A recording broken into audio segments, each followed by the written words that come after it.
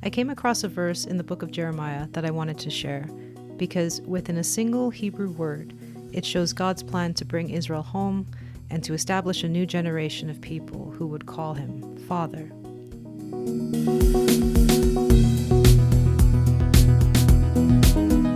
By the time Father speaks these words, he had already kicked the northern tribes of Israel off his land, and Judah was next, because all of them, he said, were an adulterous people who prostituted themselves with other gods.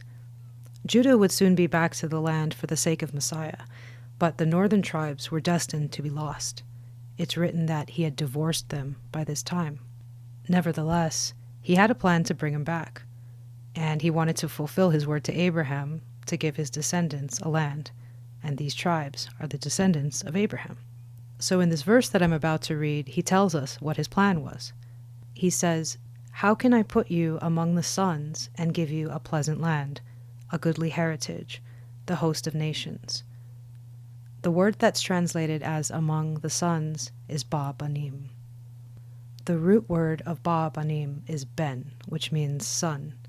If you add im to the end of a word in Hebrew, it makes it plural. So ben, or son, becomes banim, which means sons, and also children.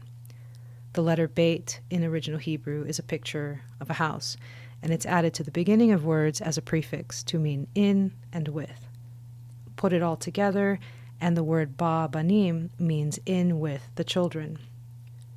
So God is asking himself, how can I make these unfaithful people my children so I can give them an inheritance? And here is his answer. Avi, tikre li. Avi, my father, you will call me.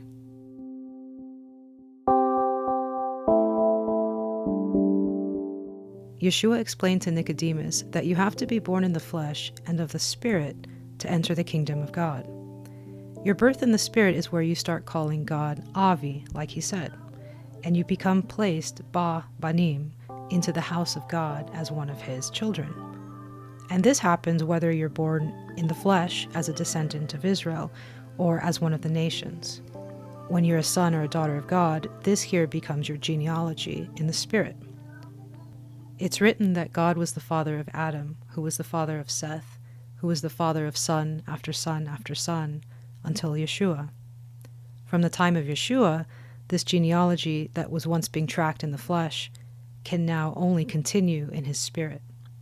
To those who are given life in the Spirit, Jeschua refers to us as his brethren, his brothers and sisters. This is why he says, when you pray, pray to our Father. The word for our Father in Hebrew is Avinu. Av is father, Avi is my father, Avinu is our Father. Now if we all have the same Father, then we are all of the same generation. You, me, Peter, Paul, all of the apostles, our Father is God, so we are of the same generation. When Jeschua says, speaking of the end of days, that this generation shall not pass away until all these things are fulfilled, he's referring to the generation that he came to establish, that is, those whose Father is God. This generation includes the disciples who stood there with him as he spoke that day, and it also includes us today. This generation is 2,000 years old.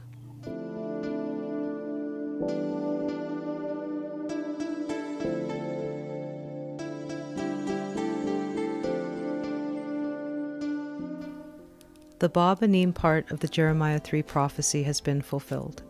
Father made a way for Israel and the nations to be placed among the children. If you have the heart of the Father, you are awaiting the second part of the prophecy that is yet to come, which is when he gives the land between the rivers to the descendants of Jacob. To fulfill this promise will take a miracle, because most of the tribes of Israel are lost and untraceable. While Judah and the tribes associated with them have thousands of years of shared customs and DNA to help identify them, the 10 lost tribes gave up their customs 3,000 years ago, when they started worshiping new and foreign gods under Jeroboam. You won't find them through customs or DNA, but Father knows who they are. And it's written that he himself will identify and gather them in the end of days. He will do this because this is how he wants his kingdom on earth set up when he returns. with a house of prayer for all peoples in the land of Israel, surrounded by the tribes. It's written that in those days Jerusalem will be called the throne of Yehovah. All nations will gather to Jerusalem, and God, our Father, Avinu, will be there in the city, among his children.